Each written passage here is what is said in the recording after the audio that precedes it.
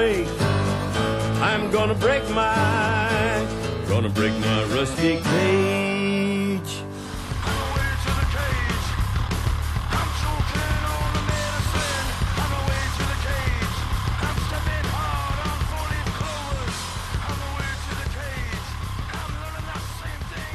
Well, I think the cage is running smoother than it used to. Certainly feel like things are being repaired and taken care of faster.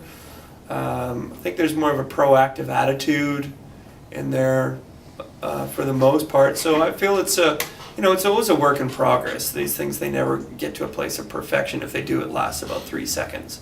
But it's definitely moving in the right direction, I think. It has its moments. Today I had a problem, for instance. Some equipment that I needed wasn't available, and it was being stored off campus by somebody who was working at the cage that didn't need it. They had it reserved for 2 days and they'd renewed the reservation. On the weekend, I had students telling me that there was no more XLR cables, which is unacceptable. We've noticed today that I went in and they didn't know where equipment was because it was given out without being signed out. So I would say that the efficiency of the cage is not at 100%. I enjoy it. You get to meet people from all the different programs, and you get to learn so much about all the different equipment and learn how to use it, and it's just, it has its days, but I truly do enjoy it. How do you feel it? It's been really smooth. Yeah, it's been. I haven't really run into any issues. To me, I feel it's running pretty good. Yeah. Well, actually, I only started since after Martin left, so I don't have a frame of reference. But since then, we've been managing. I feel like the management has been good, but just overall, maybe like small mess ups with the employees and stuff and different students is kind of where the downfalls may be. Yeah. And it's raining ice picks on your steel shore. I think the cage should be managed by a full-time employee. And the reason I think that is to provide consistency and training as new equipment comes in and procedures change and evolve and what have you, that there should be always that one foundational anchor that helps guide everybody else. And I think also the idea of having students work there is fantastic, because I think it does provide another opportunity for learning, but that full-time person that's there should be also somebody that's helping provide a framework for education.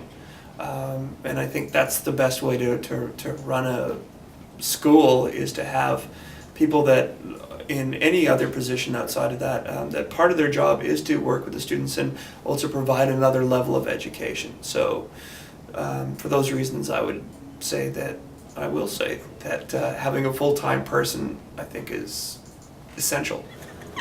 No, I'm actually, I actually much prefer it to having a manager who's not a student, because having a manager who's a student helps in the way because that student knows what's going on amongst all the other students. And it's easier to build a rapport with another student than it is to build a rapport with a full-time employee who has no idea what's going on amongst the student body.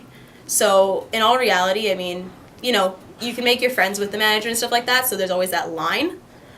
But I much prefer having a manager who's a fellow student than having a manager who is a full-time employee. That's a great question. I think that if it's the right student, it could be done, but I think it definitely has to be overseen, because one of the issues is the turnover. And when a student comes in, if a student is managing, they have a very short window to become good at their job before the next student comes in. So by the time they've learned their job is over. So I think a student would go better, help immerse the community with each other. I think it would benefit a lot if it was always a person just for that role. Yeah, so a full-time would be better. Full-time employee. And do you have any reason behind that? Well, students graduate and leave and get busy and film stuff. full-time employees just devoted to that? I mean, working here, not filming stuff. I think a full-time employee would be good for the same reasons that Amelia said, although I do think that the way it is right now has been good, but yeah, like Amelia said, you get busy, there's projects to do, whereas an employee, that's what they do, this is their job.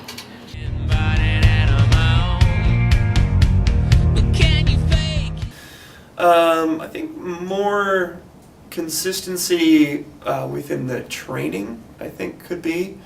I think that depending on what discipline people are in, I know when there's audio students in there, they have difficulty with some of the film equipment, knowing what I'm asking for, and there's a lot of specific little things that you have to become familiar with, and it takes time. And because the courses are so short, really, relatively short, I think probably they just get the training and then they're done.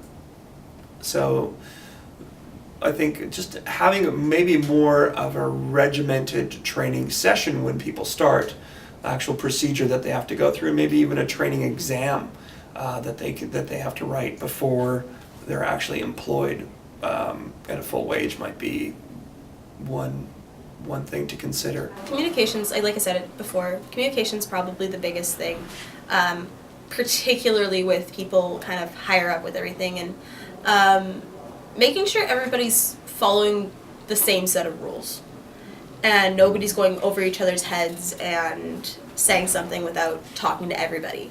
I think that's probably the biggest thing that could be improved. That's a great question too.